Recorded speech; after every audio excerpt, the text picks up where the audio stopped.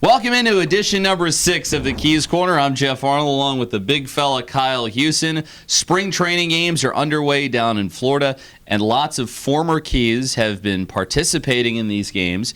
You have had Yermin Mercedes getting in earlier this week. Eric Salcedo's gotten a good amount of time. Garrett Clevenger has pitched in some games. And it's nice to see some guys that you actually know get their opportunity to play along some big leaguers. Yeah, and it gives them a chance to get in front of the big club, get in front of Buck Showalter, Dan Duquette, kind of catch their eye for maybe the first time.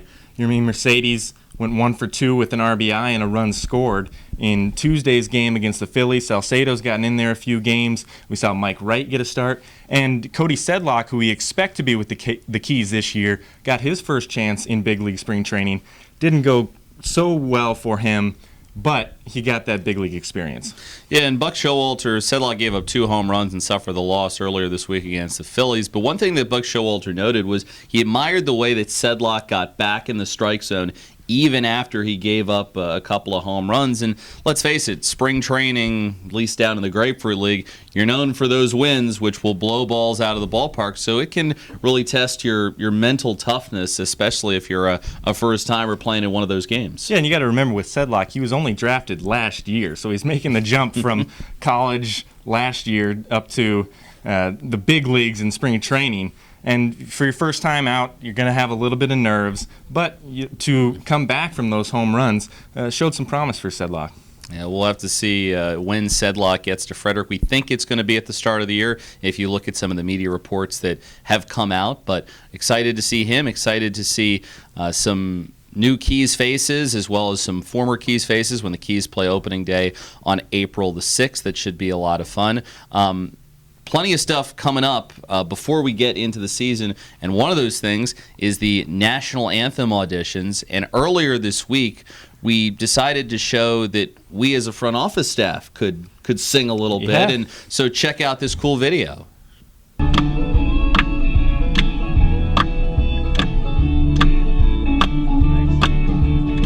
now south to the land of the pine, on our way to North Carolina. Staring down the roads and figuring out I see headlights. I made it down the coast in 17 hours. Picked me a bouquet of dogwood flowers. I'm hoping to Raleigh I can see my baby tonight. So rock me, mama, like a wagon wheel. Rock me, mama, any way you feel. Hey, mama, rock me. Carpool karaoke. It was a fun, 25 minutes in the car? Yeah, rode around Frederick, got to see some sights, and got to see some interesting looks from people driving around. That's their problem. Yeah, it is. That's their problem. We were having a great time. Team marketing was having a great time. What was your favorite song from the carpool karaoke that we did? I think probably I Want It That Way by the Backstreet Boys. Yeah. Backstreet Boys was my first concert when I was in 2nd grade. Really? Yeah, the Pepsi Center in Colorado. Went with a friend and our moms, and it's a great time. That's awesome.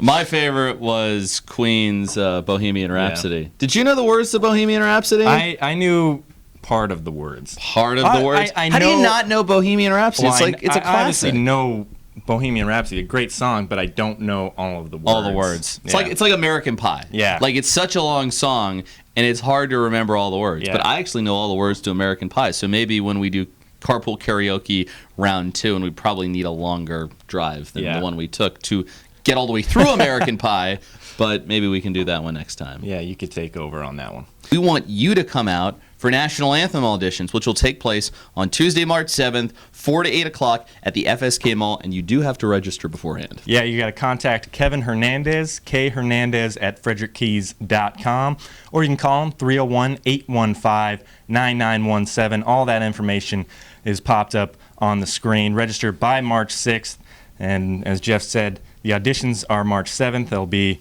judges from the Keys staff, from a couple of radio stations. Coyote will make an appearance there, too, so it's going to be a fun time. I think Coyote's going to just be there to entertain. I don't think he's going to do any judging. I don't think he's going to judge or audition.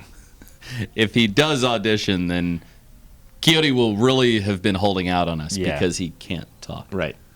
So maybe I don't think he's going to break a vow of silence or anything. I just don't think he can talk. Yeah. That's always been the case. So Coyote will be there. He will not be singing, but we hope that you will be singing and give it a shot. I've sung the national anthem a couple of times. I had a blast doing it, and it's a fun thing to do before the game. Yeah, fun way to get out and be involved in Keys baseball. Yeah, so we will see you out of the FSK Mall next Tuesday for National Anthem auditions. Well, it's the first Friday of March, and starting every first Friday of each month from now on, we're going to start a new segment called a Fan Q&A. You can send in your questions. They can be baseball-related, Keys-related, get personal advice from Jeff. I don't think anybody wants that. Well, yeah, maybe hold off on that for right now. But send us our questions. Let's face it, you don't even want that. Right. Yeah, I try to refrain from that. I go to other people in the Keys office if I need life advice. I can offer usually. you life advice and be Dr. Phil, but that's probably not the best decision. Well, you can send in your questions for us to answer. We got a few this week, so let's get right to it. James asked, who was your favorite player growing up, and who is your favorite player now? That's a really good question. My favorite player growing up was Greg Maddux. Okay. And I had a chance to meet Greg Maddux actually the first year that I was broadcasting minor league baseball.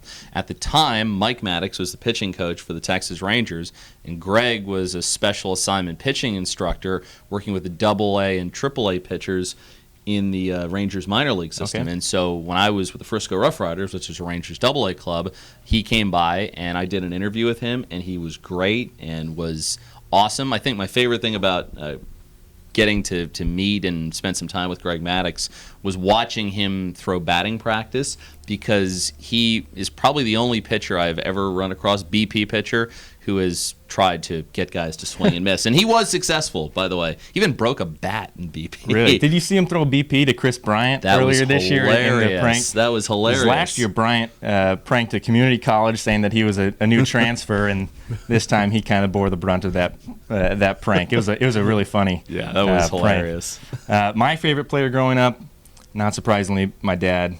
That lifestyle. Who was a former Key for one game. I think it was. Was it one game? Four games. He came out on a rehab assignment. He was here for one game. Yeah, okay. Yeah. He was with the Orioles in '95 and '96 and came down for a rehab assignment. So he was my favorite player growing up. He would probably kill me if I said anybody else. So my favorite player now, DJ LeMahieu, second baseman for the Colorado Rockies, plays the game the right way. Really great defense, hits the ball to the right side as good as any right-handed hitter I've seen, and he's just kind of a quiet, unassuming guy, humble guy. So he's a fun player for me to watch. Favorite player today for me, this is a tough one. I like watching Clayton Kershaw because every time he goes out, you think that something great can happen. Yeah. I mean, he's electrifying. He's been so consistent. He's delivered great results. And he's just, I would not want to step in the batter's box against him. He's so tough. And then my other favorite, Bartolo Colon. Bartolo Colon, an ageless wonder. He's been around the game for so long. He's reinvented himself as he's gotten older. And you can't tell me you weren't cheering out loud when he hit that first home run last year. 42 years old. In San Diego. Petco Park. I mean, I think even the opposing team was clapping for that. That was amazing. That was just awesome. Yeah. He is ageless, and I mean, everybody around the league loves him. And he used to be in the Carolina League. Long time ago. Probably before I was born. I don't know. Second question. This one comes from Cody. 2 new teams were added this year with Bowie's Creek, who is going to be Fayetteville in a couple years, and the Down East Wood Ducks. How excited are you to watch this new Carolina League competition? I think that the addition of these 2 new teams just shows how well thought of the Carolina League is. And you have a Rangers affiliate coming in and an Astros affiliate coming in, both of whom have good farm systems. So I'll be excited to see some of the up-and-comers on these teams. We had a Rangers farm system actually in the league my first year here. The Myrtle Beach Pelicans were a Rangers affiliate before they changed to a Cubs affiliate. And I had so much fun watching some of the talented Rangers players that were here. Joey Gallo was here. Adubel Herrera is now center fielder with the Phillies. Yeah. He was here too. So I'm looking forward to seeing some of the new talented prospects that are going to be coming in from both teams. Yeah, I'm excited just to watch all of the Carolina League action, being my first year here in Are you Frederick. starting to get nervous? I'm not getting nervous. No, I'm getting excited. I think that's a better word for it. I'm just really excited to go out there to go out there and broadcast and watch some live baseball for the first time in a while. All right, answer this question. Do you have a home run call? Are you one of those guys, or no? Or do you kind of just let it happen? I just kind of let it happen. Maybe I'll throw something out there and it'll stick at some point, but I'm not looking to get a signature. It's the best way to go about it. Home run call, yeah. Best way to go about it. All right, so our third fan question. What would your dream sporting event be to broadcast? Well, I'd love to do the World Series. I think the opportunity to call baseball on its biggest stage, the Fall Classic, I think that would be terrific. I think maybe, even though I don't think I have the acumen maybe to broadcast it, would also be the Masters. Yeah. I think the Masters is just a perfect place to do storytelling, and where storytelling really comes into play. And I admire the likes of Jim Nantz and Vern Lundquist and all the broadcasters that can do the Masters, because it's such an iconic event to call. And then I'm supposed to pick one, but I'm going to pick three here. And the other one would be to do March Madness. I'd love to call March Madness for Westwood One or for national TV. Not sure if that'll ever happen, but that would be pretty awesome. Yeah, too.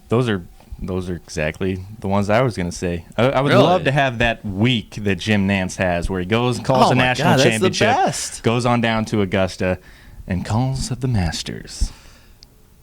A tradition, unlike any other. That would be awesome. I would like to just go and watch the Masters, let alone go and broadcast it. Mm-hmm. So that does it for our fan questions. I have a couple of separate questions for you. You have separate questions for me? Separate questions for you, just to get to know you a little bit more. I think we already know each other pretty well, so I'm interested to see what you come up with. If you had to choose a last meal, they said you have one more meal to choose, what would it be? Would it be crab dip? Well, it would be crab dip to start. And then I'd probably have a Philly cheesesteak. After that, I would have a nice big porterhouse steak. Ooh. And then I'd close it out with some cherry pie and some cherry cheesecake, because I love cherries. Yeah. Wow. That's a how good last meal. How about you? What would be your last meal? Oh gosh, I'd go with a steak, loaded baked potato. I would spaghetti with my mom's homemade sauce. I used to have that every year for my birthday. Some raspberry swirl cheesecake with an Oreo crust to finish it off. Now that's great. Yeah. Oh, it's delicious. That's the good stuff. Yeah. Yeah, I was almost wondering, like, if, assuming this was like a last meal and I was being sent to, like, as I was on death row or something, which will never happen, by the way. Right. It's a hypothetical question. I think I would probably just die from the last meal. That'd be a good way to go out. It'd be a great way to go out. Okay, and my final question. We've been talking about this, plugging it the last week. How close are you to 500 Twitter followers? Oh, jeez, I checked today. I was at 476. 476. So I'm 24 away. I'm getting close. We've made progress. We have.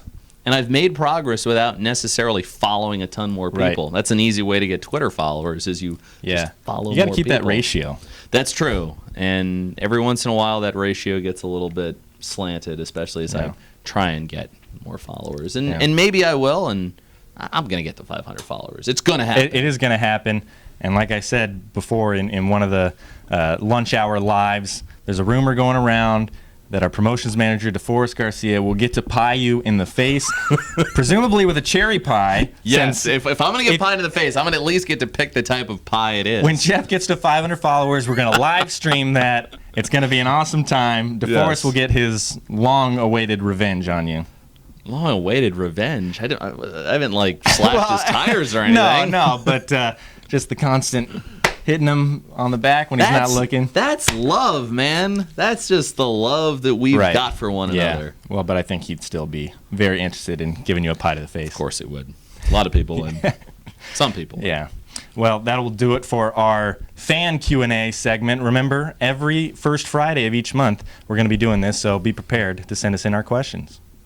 And that'll do it for us today from the Double Suite here at Nimio Field. Once again, we are out of the Mattress Warehouse Club because they're doing some renovations in there. The triple suite is already underway. Make sure you call our group's office if you have any interest in booking a night in one of those places, 301-815-9900. They can also help you out with your ticket plans for the upcoming 2017 baseball season, which gets started on April the 6th, which is a Thursday night, against the Carolina Mudcats. We're looking forward to it, and we hope you are as well. Before we get to opening day, and as of course when the season starts, we'll have lots of social media content, but we also have lots of great content right now telling you about contests, promotions, fun stuff that we're doing. We've got Orioles news on there, Keys news, what have you. You can follow us by liking our Facebook page. You can follow us on Instagram or Twitter at Frederick Keys. He is at K_Hughes. If you want to give him any more followers, by giving him more followers, you're going to just increase the number he's got over me. And you can also follow me on Twitter at Jeff on the Air. And we should also note as we make these plugs, like I'm only joking. Like I'm not right. Serious. Like I'm not burning anybody's house down if they don't follow me on Twitter. Like that's no. You provide good content. You provide excellent Keys coverage and Orioles coverage. Yes. So he is a good follow. We're not just doing this as a charity case. He's a good follow. Yeah, and I'm a nice guy too. So he's Kyle. I'm Jeff. We'll talk to you on Keys Corner next week.